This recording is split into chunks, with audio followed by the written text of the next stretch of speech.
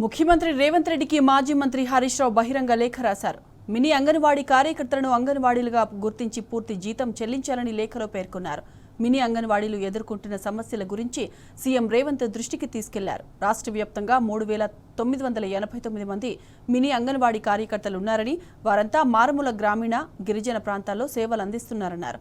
Mini anganwadi కార్యకర్తల కష్టాలను గుర్తించిన గత బీఆర్ఎస్ ప్రభుత్వం 2023 సెప్టెంబర్ 5న వారికి అంగన్వాడీలుగా పదోన్నతి కల్పిస్తూ జీవో జారీ చేసిందన్నారు.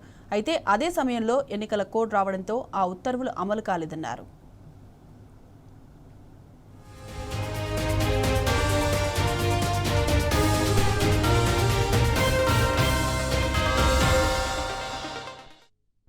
కాంగ్రెస్ ప్రభుత్వం అధికారంలోకి వచ్చిన తర్వాత మహిళా శిశు సంక్షేమ శాఖ మంత్రిగా ప్రమాణ స్వీకారం చేసిన సీతక్క మరోసారి మినీ అంగన్వాడీలను అంగన్వాడీలుగా గుర్తిస్తూ మొదటి సంతకం చేశారు.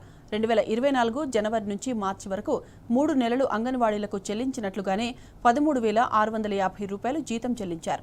మళ్లీ ఏప్రిల్ నుంచి మినీ అంగన్వాడీల జీతం 7,800 చెల్లిస్తున్నారు. బహుశా పెంచిన జీతాలను తగ్గించే కొత్త సంప్రదాయానికి తెరలేపిన రాష్ట్ర ప్రభుత్వం దేశంలో ఎక్కడా లేదేమో అన్నారు. అన్నిట్లో తెలంగాణ రైజింగ్ అని చెబుతూ అంగన్వాడీల జీతాలు తగ్గించడం ఎంతవరకు సమంజసమని హరీష్ రావు నిలదీశారు.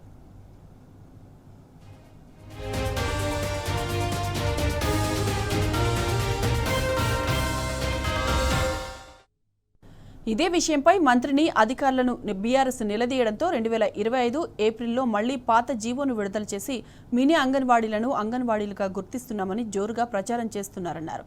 మే నెలలో కేవలం 8 జిల్లాల్లోని మినీ అంగన్వాడీలకు మాత్రమే అంగన్వాడీ పే గ్రేడ్ జీతాలు చెల్లించి మిగతా జిల్లాల వారికి జీతాలు చెల్లించలేదన్నారు. 2 సార్లు జీవోలు జారీ చేసి రాజకీయం ప్రచారం చేసుకోవడం తప్ప మినీ అంగన్వాడీలకు ఎలాంటి న్యాయం చేయలేదని హరీష్ రావు మండిపడ్డారు. మినీ అంగన్వాడీల కడుపు కొట్టడం, వారి కుటుంబాలను ఆర్థిక సంక్షోభంలోకి నెట్టడం అన్యాయమని ఆయన అన్నారు. కాంగ్రెస్ ప్రభుత్వం మహిళలను మినీ అంగన్వాడీల విషయంలోనే కాదు అన్ని విషయాల్లోనే మోసం చేస్తుందన్నారు.